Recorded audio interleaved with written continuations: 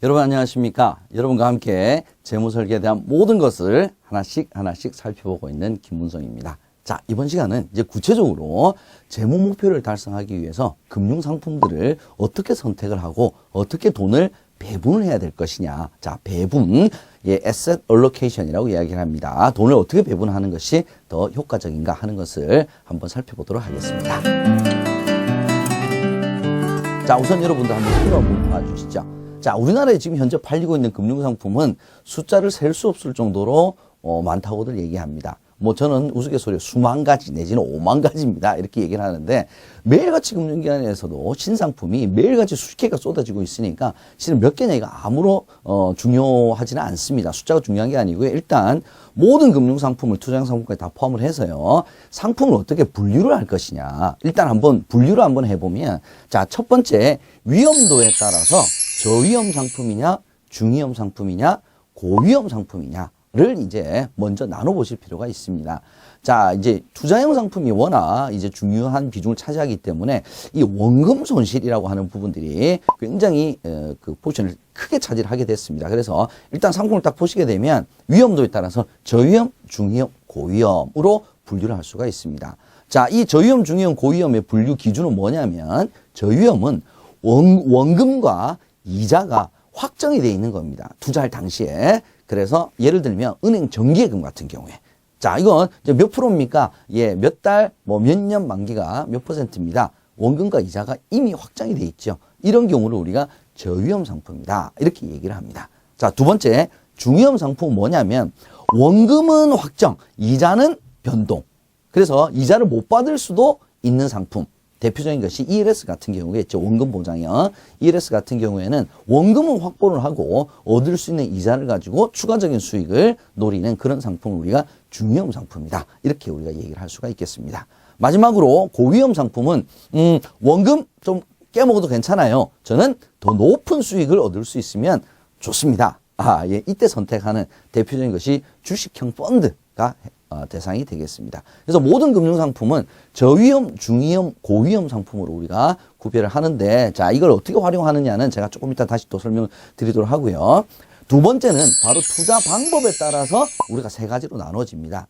자, 첫 번째는 유동성 상품입니다. 유동성 상품은 우리가 흔히 다른 말로 수시 입출금이 가능한 상품 이렇게 얘기를 합니다. 근데 이렇게 표현하면 80점이에요. 그 100점 뭐냐면 수시 입출금이 가능한데 원금과 이자의 손실이 없는 상품 이렇게 말씀하시는 것이 정확합니다. 즉, 뭐 예를 들어서 뭐 연금보험 같은 경우에도 찾을 수 있죠. 찾을 수 있죠.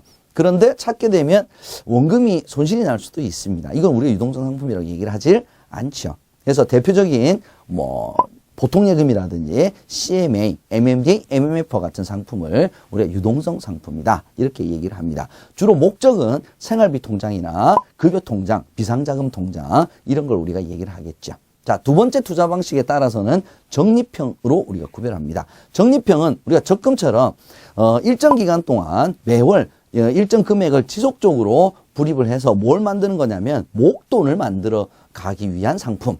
을 여러분께서 생각을 하시면 되겠습니다. 그래서 목돈을 만들기 위해서 일정한 금액을 지속적으로 납입을 하는 상품을 우리가 적립형 상품이다. 우리 흔히 뭐 일시납을 제외한 나머지 보험 상품들은 다 적립형 상품이 되겠죠. 그죠? 이제 마지막으로 거치형 상품입니다. 거치형 상품 뭐냐면 목돈을 운용하는 상품입니다. 예, 거치형 목돈입니다. 그럼 거치형을 만약에 운용을 하기 위해서는 사전적으로 뭐가 있어야 되냐면 적립을 통해서 목돈이 모아지게 되면 이 적립형 자금이 거치형 자금으로 바뀌게 되는 거죠. 성격이. 자, 이렇게 이제 생각을 해보시면 위험도는 저위험인데 투자 방법은 적립식이네요. 정기예금 같은 경우는 어떻습니까? 거치형인데 저위험 상품에 해당이 됩니다. 자, 여기에서 이제 정말 우리에게 중요한 재무설계적인 관점에서 보게 되면 투자 기간이 굉장히 중요합니다. 자, 투자 기간은 단기냐 중기냐 장기 투자형 상품이냐로 우리가 구별을 합니다. 자, 이런 단기, 중기, 장기는 뭘 가지고 구별하냐면 1년 이내에 이 돈을 쓸 돈이냐라고 하는 특정 기간을 우리가 중심으로 해서 이런 시간 이내에 이 돈을 반드시 써야 될 돈이냐. 그게 1년이 됐든 3년이 됐든 그건 사람마다 기준이 조금 다를 수는 있습니다. 중기 목적 자금이라고 하는 것은 통상적으로 한 5년 내외 5년 내외 이후에 써야 될 자금. 자, 예를 들어서 우리가 주택자금입니다. 근데 주택자금이 이게 100만 원, 200만 원, 1000만 원, 2000만 원이 아니고 억 단위죠. 그죠? 자, 이런 경우는 내가 집을 마련해야지. 그럼 집을 마련할 돈을 우리가 모아간다라고 했을 때 이게 1년, 2년 안에 모아질 수 있는 것이 아니죠. 그죠? 그렇다고 해서 5년 딱 정했다고 해서 무조건 그 돈이 모아지느냐? 그렇지 않을 수도 있습니다. 그래서 이 중기 목적 자금부터는 기간이 좀 변동될 수도 있습니다. 마지막으로 장기 목적 자금입니다. 장기 목적 자금은 10년 이상 이후에 써야 될 자금들을 우리가 장기 목적 자금이라고 얘기를 합니다. 대표적인 것이 어떤 게 있을까요? 예, 은퇴, 보장, 그 다음에 자녀가 아직 어릴 경우에는 자녀 교육 자금. 이런 것들이 우리가 장기 목적 자금에 해당이 되겠습니다. 자, 그러면 이제 거의 대부분 다 나왔습니다. 자, 두 가지가 더 있는데 하나는 과세 구별입니다. 이제 비과세냐, 아니면 일반 과세냐, 아니면 세액공제를 받을 수 있냐, 뭐 이제 소득공제, 뭐 이런 것들, 예, 절세형 상품이냐 아니냐 정도 구별해 주시면 될 것 같고요. 마지막으로 투자 목적입니다. 이게 생활비 통장이냐, 주택자금 마련이냐, 교육자금이냐, 위험을 내가 방어하기 위해서 하는 거냐, 은퇴자금이냐. 이 목적에 따라서 실은 기간이 정해집니다. 즉 단기 목적 자금이라고 하는 것은 주로 뭐 주택이라든지 아니면 뭐 여행, 뭐 차를 바꾼다든지 안 그러면 이제 연령대가 40대 같으면 교육비도 해당이 되겠죠. 자, 이런 어떤 목적에 따라서 단기, 중기, 장기가 결정이 되신다면 여기에 따른 상품의 성격은 이미 다 결정이 이미 난 겁니다. 여기까지만 하게 되면. 자, 왜 그러냐? 한번 생각을 한번 해보겠습니다. 자, 1년 뒤에 집 살 돈입니다. 이렇게 목적과 기간이 딱 정해져 버리면 1년 뒤에 집 살 돈 가지고 뭘 할 수 있을까요? 펀드? 여러분 같으면 1년 뒤에 집 살 돈으로 펀드? 못하죠. 그럼 투자상품 다 배제됩니다. 1년 뒤에 집 살 돈으로 변액연금? 안 되죠. 그럼 뭐가 있겠습니까? 예, 뭐 정기예금 아니면 뭐 RP라든지 뭐 양도성 예금 증서라든지 뭐 이런 상품 이외에는 없죠. 즉 우리가 상품을 먼저 보시는 것이 아니고 먼저 뭘 보셔야 되냐면 기관과 목적을 먼저 보시게 되면 이 목적과 기간에 따라서 어떤 상품이 가장 최적이냐 하는 것은 이미 다 정해지는 거죠. 예를 하나 더 들어보겠습니다. 20년 전 나이가 40이다. 그러면 은퇴 20년 뒤쯤에 예 목적이죠. 은퇴. 그럼 기간 장기입니다. 20년 뒤에 장기 은퇴자금 마련하기 위해서는 어떤 상품이 좋을까요? CMA? 정기적금? 이거 보세요. 이미 다 정해졌잖아요. 이건 아니다라는 거 여러분들이 너무 잘 아시지 않습니까? 또한 20년 뒤 같으면 투자기간이 깁니다. 투자기간이 길게 되면 지금 이제 뭘 고려해야 되냐면 장기적인 물가 상승률에 따른 자산가치 하락이 이제 겁이 납니다. 그죠? 자, 그래서 장기 투자인, 장기인 경우에는 투자형 상품이 주로 적합한 상품이다. 이렇게 얘기를 합니다.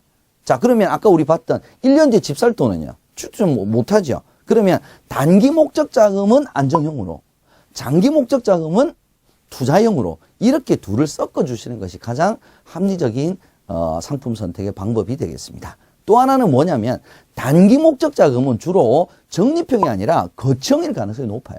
1년 뒤에 집 살 돈을 1년 동안 돈 모은다. 얼마를 모을 수 있을 것 같습니까? 1년 동안 1억 모으려고 그러면 한 달에 한 800만 원씩 하면 되겠네요.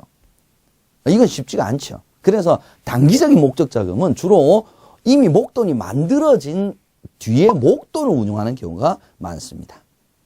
장기 목적 자금 20년 뒤에 은퇴 자금 쓸 3억 원을 지금부터 운용한다? 이런 경우는 거의 없죠. 거의 적립형입니다. 자, 그러면 이제 정리 한번 해볼게요. 투자 기간이 짧아요. 짧을 때는 단기 목적 자금은 거치형일 가능성이 높습니다. 또한 얘는 1년 뒤에 반드시 써야 될 돈이기 때문에 안정형으로 가야 될 가능성이 높죠. 그래서 안정형, 단기, 목돈 운용. 장기는요, 장기는 적립 플러스 위험이 조금 중위험이나 고위험으로 가는 투자형. 이렇게 여러분들께서 두 가지를 섞어 주신다라고 생각을 하시게 되면, 자, 이제 라이프 사이클 한번 보죠. 많이 보셨던 겁니다. 자, 연령대에 따라서 사람들은 누구나 다 재무 목표를 다 가지고 있습니다. 그죠? 우리가 상품으로 분류하게 되면 투자 용도가 되겠죠. 투자 목적이 되겠습니다. 자, 그러면 이 연령대 각각이 가지는 재무 목표들은 다 어떻게 분류가 되냐면 단기 재무 목표냐, 중기 재무 목표냐, 장기 재무 목표냐가 나눠지게 됩니다. 그죠? 자, 그러면 투자 목적 정해졌죠? 그 다음에 기간, 투자 기간이 정해지게 되면 어떤 상품을 선택해야 되는지 연령대에 따라서 달라지게 되는 겁니다. 이때 이제 가장 주의해야 될 게 제가 첫 번째 시작할 때 배분입니다. 배분이라고 말씀드렸는데 왜 제가 배분이라고 말씀드렸냐면 재무설계적인 관점에서 가장 우리가 지양해야 되는, 즉, 절대 금지다. 이건 절대 우리가 해서는 안 됩니다라고 얘기하는 게 뭐냐면, 이렇게 다양한 투자 목표, 즉, 단기, 중기, 장기 투자 목표는 반드시 동시에 사람들이 가지고 있는데, 항상 돈을 배분할 때는 단기 목적 자금에 거의 대부분을 배분합니다. 그래서 사람들이 뭐냐면, 지금 당장 대출 갚기도 급급한데 무슨 은퇴 준비, 일단 대출 좀 갖고 난 다음에 은퇴 준비 시작하지 뭐. 그래서 사람들이 순서를 정하는 겁니다. 이거부터 해야지. 순서를 정하는 순간 장기 재무 목표는 얘는 달성하기가 어려워집니다. 왜냐? 단기 재무 목표는 연령대마다 항상 존재를 합니다. 자, 조금 전에 예를 들었던 부채 상환 한번 볼게요. 자, 집을 사는데 부채를 얻었습니다. 100만 원 부채가 생겼을까요? 1000만 원, 1억이 생겼을까요? 그래서 보통 이 부채를 갚는데 1, 2년 안에 안 갚아집니다. 한 10년쯤 걸린다고 한번 가정 한번 해보세요. 10년 동안 열심히 갚았어요. 야, 이제 부채 상환 다 했으니까 은퇴 준비해야지. 그랬더니 뭐라고 이야기하냐면 10년 동안 애가 생겨. 아빠, 나 학원 가야 돼. 엄마, 나 학원 보내줘. 자, 애 학원비와 은퇴 준비. 여러분 같으면 뭘 선택하실 것 같습니까? 애들 교육 좀 시켜놓고 난 다음에 여유가 생기면 그때 해야지. 자, 애들 교육 다 시키고 나면 나이가 몇 살쯤 될 것 같아요? 자, 이제 은퇴 준비해야지. 했더니 직장에서 나가랍니다.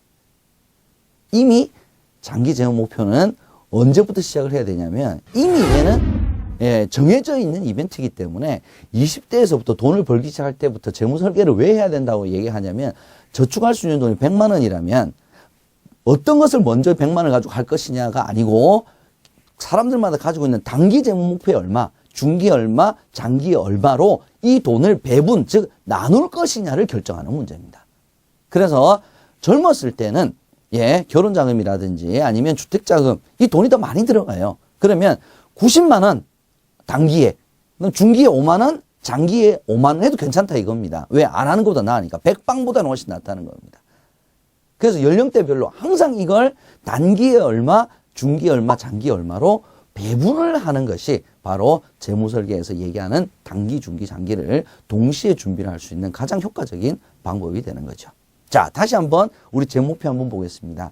자, 파란색으로 표시되어 있는 것이 보통 통상적으로 우리가 장기 재무목표, 그리고 회색으로 우리가 표시되어 있는 것이 단기 재무목표라고 얘기를 합니다. 자, 여러분들 고객분들에게 말씀하시는 것도 중요하지만 먼저 여러분들 제 말씀을 들으시면서 나는 저 중에 어떤 장기 재무목표, 어떤 중기 재무목표, 어떤 단기 재무목표를 가지고 있나를 먼저 한번 생각을 해보신 다음에 여러분들 오늘 집에 가시면 자, 나는 과연 어떻게 내 돈이 배분되어 있나 를 한번 살펴보세요. 어떻게? 자, 이 표를 보시면 4개의 통장이라고. 4개의 통장은 우리가 이 재테크 서적으로도 실은 제목으로 나온 적이 있었습니다. 이 4개의 통장 그냥 나온 것이 아니고 바로 재무설계적인 관점에서 돈을 어떻게 배분할 것이냐의 문제입니다. 그래서 4개로 딱 가지고 있으시면 됩니다. 첫 번째는 뭐냐면 생활비 비상자금 통장이에요. 유동성 상품. 그죠? 두 번째는 뭐냐면 단기 목적 자금용 통장입니다. 즉 1년 이내 내지는 3년 이내에 내가 써야 될 돈이 뭐지? 그걸 이제 찾는 겁니다. 거기에 돈이 얼마 돼 있냐? 자, 세 번째는 중기 재무 목표용 통장입니다. 5년에서 한 7년 뒤에는 내가 돈을 써야 될까? 이걸 우리가 미리 배분해 놓는 겁니다. 마지막으로는 10년 뒤, 10년보다 훨씬 더 먼 장래에 내가 써야 될 돈이 어떤 것들이 있고 지금 내 돈은 거기에 얼마 정도 배분이 돼 있나 하는 것을 항상 4개로 구별을 해서 각각이 얼마로 되어 있냐를 항상 생각을 하셔야 됩니다. 이게 돈을 처음에 벌 때부터 소득이 생겼을 때부터 이걸 얼마만큼 오랫동안 유지할 수 있느냐가 단기 재무 목표, 중기 재무 목표, 장기 재무 목표를 모두 성공적으로 우리가 만들어낼 수 있는, 잘 준비할 수 있는 유일한 방법이다 라는 점을 여러분께서 꼭 명심해 주셔야 될 것 같습니다. 자, 일반적으로 사람들이 이제 질문하면 몇 대 몇 정도로 이렇게 배분하는 게 좋겠습니까? 이제 이런 말씀을 하시는데, 실은 그건 어떻게 정해진 거는 없습니다. 이제 사람마다 그 사람이 가지는 소득이라든지 지출이라든지 아니면 이제 가족의 지출이 또 많이 되니까 또 이제 가족원들 중에 다른 또 소득을 일으키시는 분들도 있으실 거고요. 이런 것들을 종합적으로 우리가 고려를 했을 때 지금 당장 어떻게 배분하는 것이 좋겠다라고 하는 것이 계속 바뀌는 겁니다. 소득의 변화, 가족 환경의 변화에 따라서 얼마 정도씩을 배분하는 것이 좋겠냐는 늘 바뀌는 거죠. 그래서 정답은 없습니다. 다만 다시 한번 강조드립니다만 얘 먼저 하고 얘하고 이해해야지 순서를 정하는 것은 최악이다.